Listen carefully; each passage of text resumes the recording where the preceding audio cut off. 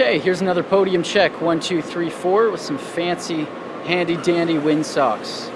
1, 2, 3, 4, 5, 6, 7, 8, 9, 10. Check 1, 2, 3, 4 with the backup going now. Streaming from OBS. 1, 2, 3, 4, 5, 6, 7, 8, 9, 10. 1, 2, 3, 4, 5, 6, 7, 8, 9, 10. Check 1, 2. Test 1, 2, 3, 4, 5, 6, 7, 8, 9, 10. Sounding good on Patrick's end. 1, 2. I'll keep going here as Big Mo's making a couple very minor PA tweaks. 1, 2, 3, 4, 5, 6, 7, 8, 9, 10. Check 1, 2. Test 1, 2, 3, 4. As there's a demonstration going on behind me. It's extra noisy at the moment. 1, 2, 3, 4, 5, but we'll persevere. Test 1, 2. Test 1, 2, 3, 4. 5, 6, 7, 8, 9, 10. Test 1, 2, test 1, 2, 3, 4. Check 1, 2, 3. Check 1, 2, 3, 4, 5, 6, 7, 8, 9, 10. Test 1, 2, 3, 4, 5, 6, 7, 8, 9, 10. And I'll give you a bit more volume here. 1, 2, 3, just in case it's easier to work with. 1, 2, 3. Check 1, 2, 3, 4, 5, 6. Happy with that? Okay, great.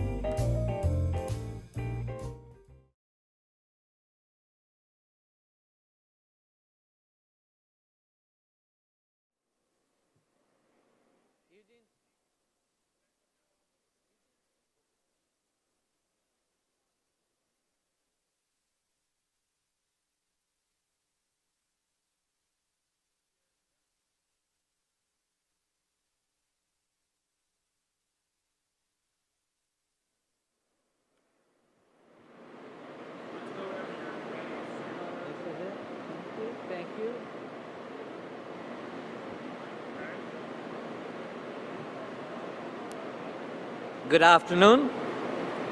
My name is Deepak Anand. I'm the Member of Provincial Parliament from Mississauga Malton, and it is my honor to welcome everyone to the beautiful riding of Mississauga Malton here at Magellan Aerospace, a great Canadian success story that is helping employ over 300 people right here in Mississauga.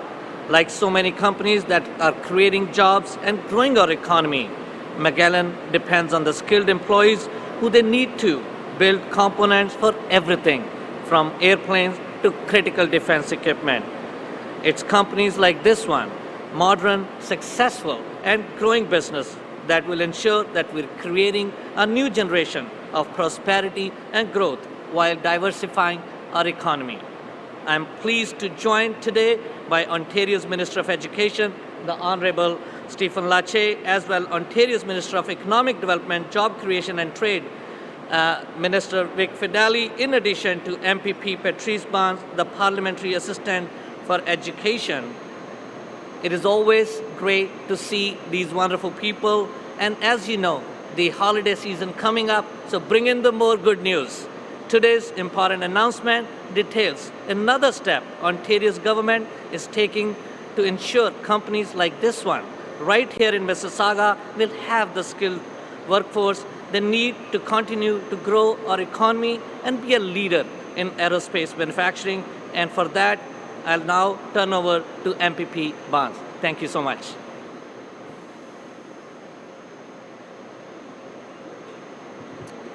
Thank you, Deepak, and thank you all for joining us here today for this exciting announcement. For more than 4 years, Ontario's government has prioritized ensuring this province is open for business. Of course, it has been reflected by exciting announcements to attract businesses and to grow our economy and to get folks in Ontario good-paying jobs. Premier Ford and Cabinet ministers like my colleague, Minister Fedeli, have been at the forefront of these efforts, speaking directly to investors and job creators and ensuring they know all the advantages of creating jobs right here in Ontario. Over the past 2 months, employment in Ontario has increased by 55,000 workers. Our government continues to work around the clock to strengthen the economy and attract investments that will create good-paying jobs for the people of Ontario. After 2 years of COVID, pandemic, and the global recession is triggered, this is encouraging signs that Ontarians are getting back to work and our economy is getting back on track. But to ensure that Ontario remains to be one of the most attractive jurisdictions across North America, we need to make sure we have a workforce that can fill the needs of our economy. Already we know that there's a significant shortage of folks in skilled trades, which we are ready to address. But we also know that we need students to gain new skills in areas with growing importance, like proficiency in STEM and areas like coding. Well, the good news is Ontario's government, led by Premier Ford and supported by Ontario's Education Minister, is taking that challenge head-on. With more about how Ontario's government is giving our students the tools they need to succeed today and tomorrow, it is my honor to welcome Minister Lecce to the pole. Thank you.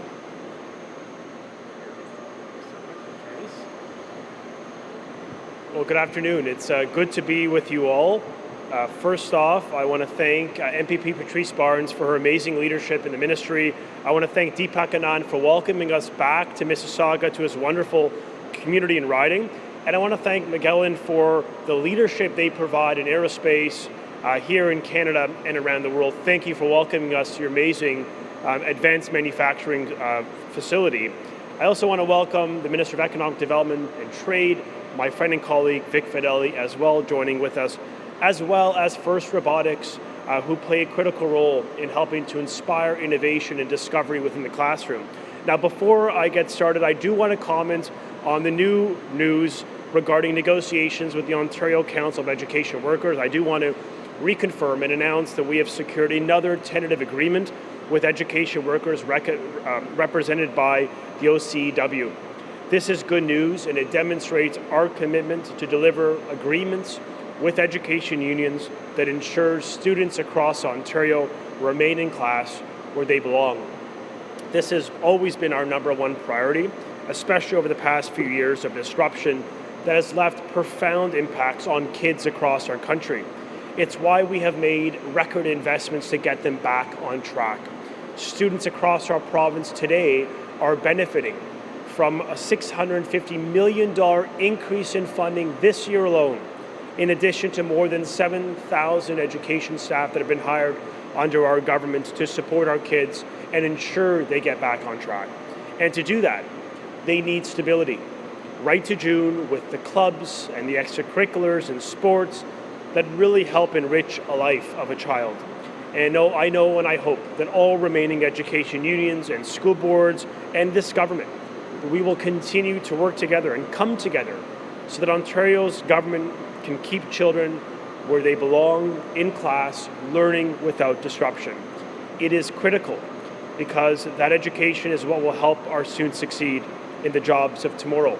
And that's why we're here at Magellan Aerospace with my colleague, Minister Vic Fedeli, Patrice, and Deepak to announce our next steps Ontario's government is taking to ensure students across our province can compete in a changing and disrupted global economy, and that they can gain access to good paying jobs of the future. Job creators and innovators have been very clear. What we teach our children must be cutting edge. It must reflect the changing marketplace. It must emphasize real-life application and life and job skills. And it must embrace an innovative ecosystem that challenges young people to be students of ambition and to think boldly. We want to help produce the next generation of made in Ontario and made in Canada technology that is researched, tested, and ultimately manufactured right here in this province in our country. It's how we ensure success for our children and our country's long-term prosperity. And that means students' education must keep pace with a rapidly evolving workforce in Ontario's growing economy. It's being driven by automation, by emerging digital platforms, artificial intelligence, and other technology. Our world has changed significantly since 2008, when the former curriculum was last updated in science, in computer sciences. Most people have had separate devices for listening to music back then. Taking pictures and making phone calls and browsing the web on your phone was pretty limited, if you could do it at all. Cars still needed AV cords to attach to an MP3 player, and they certainly couldn't drive themselves or park themselves.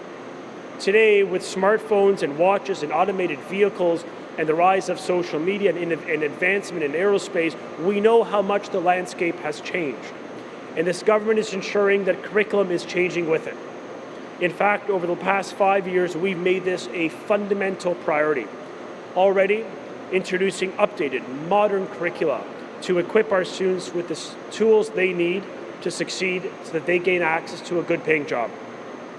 It includes, for the first time ever, mandatory learning in financial literacy, in coding in every grade 1 through 8, and an emphasis on problem-solving skills, on leadership development that really is now reflected right across our math and science curricula. It includes an updated recognition and the expansion of our dual credit program and a focus on the skilled trades and STEM careers. It includes an updated elementary and D-Stream grade 9 science curriculum that explores emerging technologies, including space, defense, among many other areas of innovation. And I'm proud that once again, we are demonstrating our commitment as a government to open more doors for our students that leads them to an exciting career. We are proud to announce that today we are modernizing the entire secondary technological education curriculum. We are also developing a new course in computer studies that focuses on digital technology and innovation in the changing world that will be in place for September of 2023. This will support massive innovation and opportunity in aerospace, in advanced manufacturing, in agriculture, and R&D within our economy. This course replicates the outdated curriculum from 2008 that now includes concepts like applying coding and life skills. We're investigating artificial intelligence and cybersecurity, and we're exploring other emerging cutting-edge digital technologies and their place within an economy. These changes will position this province for long-term economic prosperity and set our young people up for success. Now, we don't just want to be participants in the tremendous economic opportunities emerging around us. We want to be leaders in educating students about science, technology, engineering, and math. By enabling students to access these important skills, our government is ensuring that this province will have the software engineers, the web developers, the programmers, and the skilled workers who will develop the new innovations of the 21st century economy. Advancements in automation across the economy, from agriculture to manufacturing, construction, all require this type of knowledge. And it means we need to prepare our students for those jobs today. So, right now we know there's already massive demand for skilled journey persons, and that demand is going to keep growing. That's why more students now, more than ever, have the options to prepare fulfilling professional careers within these sectors of the economy to fuel our economic growth. And these important changes will help us be ready to seize the opportunities of tomorrow. And before I turn it over to my colleague, Minister Fedeli, who's going to speak about some of these growing opportunities in the high-demand careers and the skilled trades, I want you to know that our Premier and our government is focused on ensuring young people are able to graduate with a competitive advantage. They can seize every job and every opportunity at home and abroad. It's about another step forward in Ontario's plan to catch up, designed to increase staffing and funding with a modern curriculum that helps young people bridge the gaps that have emerged over the past few years and help them graduate with monetizable skills. We're ensuring they have the tools and the knowledge to succeed in a country with future prosperity on the horizon. We know modernizing the technology, education, and computer science curricula is another step forward that our students will take to ensure that they graduate and succeed and gain the jobs of tomorrow. With that, I want to turn it over to my friend and colleague, Vic Fedeli, to build on this announcement. Thank you so much.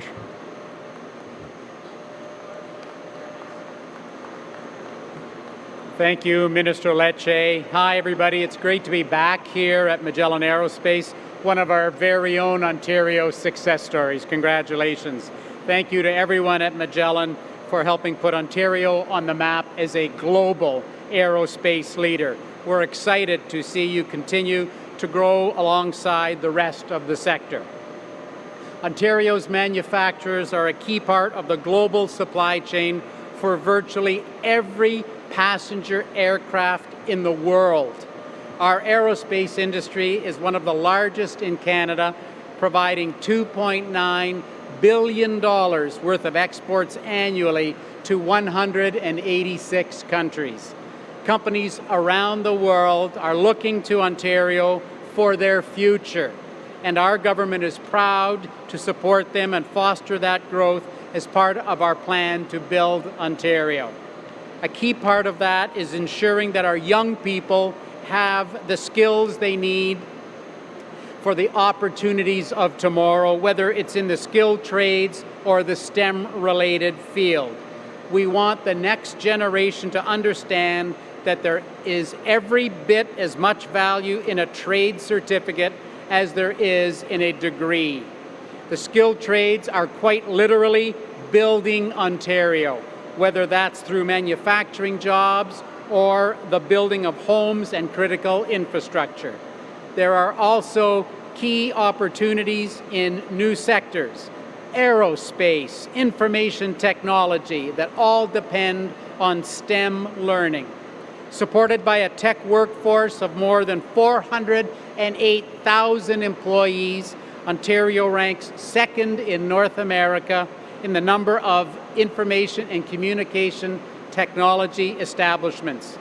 And with a robust pipeline of fast-growing companies raising hundreds of millions of dollars in venture capital funding, we expect that number to continue to grow. We are creating jobs and opportunities all across Ontario, which is why today's announcement is so very important. These updates to the curriculum will ensure our students have the skills they need to take advantage of all of the opportunities that are being created. Companies, both domestic and international, are excited to hear that 65,000 Ontario graduates graduate with STEM programs every year, and that we have an incredible manufacturing might bolstered by our skilled workforce. So not only is Ontario open for business and jobs of today, but we're going to be ready for the jobs and opportunities of tomorrow. It's now my pleasure to turn things over to Artie Javeri, Vice President of Partnership at FIRST Robotics Canada.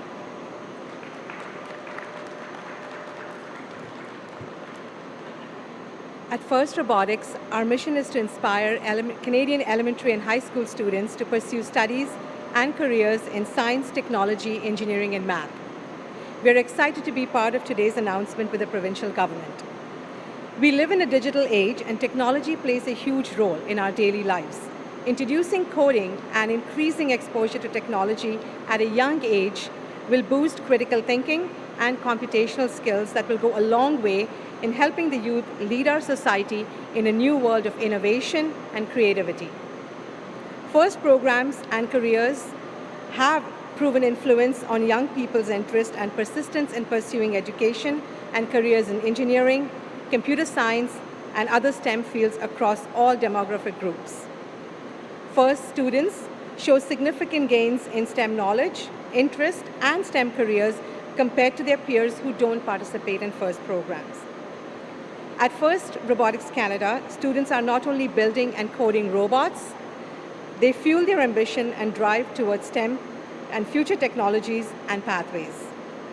Through our programs, students gain fundamental skills required in order to survive in the upcoming technology-based environment and economy, and empowers them to be the creators of technology rather than just the users of technology. No matter what industry or career students in today's classrooms enter, their work will involve some technology interaction. If we prepare our students to not just interact with, but envision ways to creatively and ethically use, design, engineer, and build the solutions of tomorrow, our society will reap the benefits. These 21st century holistic skills are the true needs of our future workforce, and we are proud to see the government include technology and coding into the curriculum to include more STEM concepts and experiential learning. I would now like to call upon Minister Lecce to the podium and open it for questions. Thank you, Artie. That concludes the formal portion of today's announcement. We'll now transition to a media Q&A.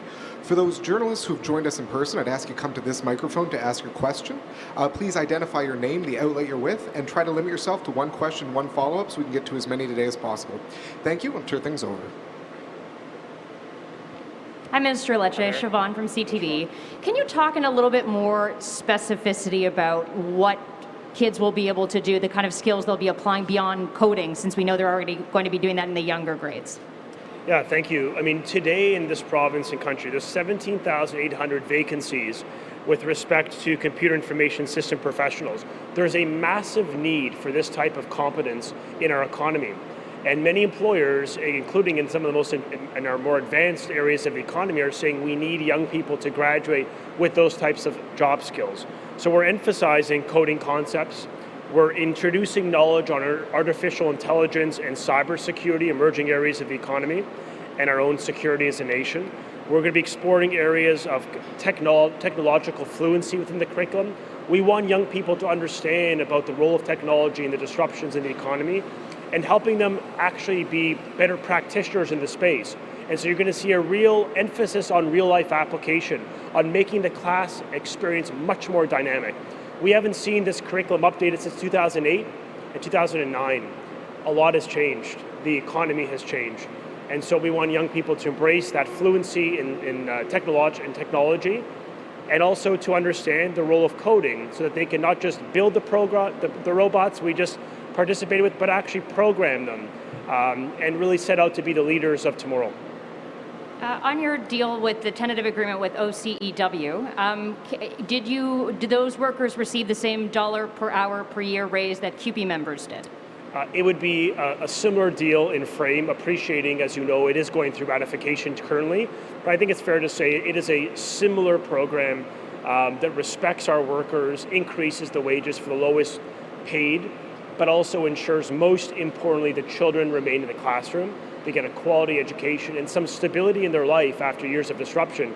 That includes the extracurriculars and clubs, the mental health supports, all of this allows these kids to get back on track. So we're really pleased to have reached this deal, this tentative agreement. We hope it gets ratified as soon as possible.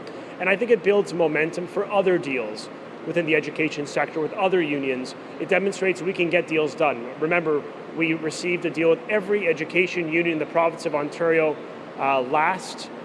just 3 years ago. It's my intention to do that again. And we're going to work in good faith to provide a deal that keeps these kids in school. And I will take one more on the curriculum. Acknowledging that there is so much opportunity for jobs in STEM, have you given any thought to making more courses mandatory through the high school process for graduation? Yeah, it's a really interesting question.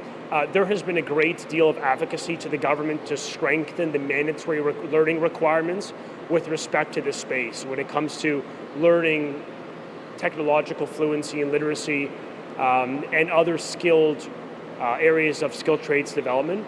I think it is a very positive recommendation to government about how we can strengthen those requirements, and we're very much open and interested in working with job creators, with industry leaders, and with the students themselves to make sure that our graduation requirements reflect the economy of tomorrow.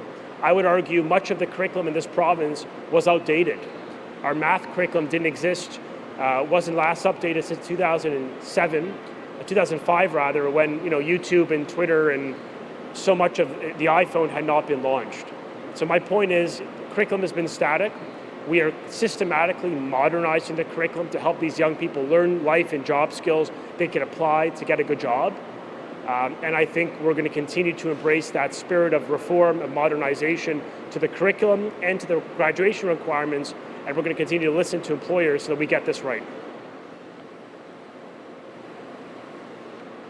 Okay. I just want to do a quick last call for questions from the floor. And seeing none, that concludes our announcement today. Thank you very much. Thank you.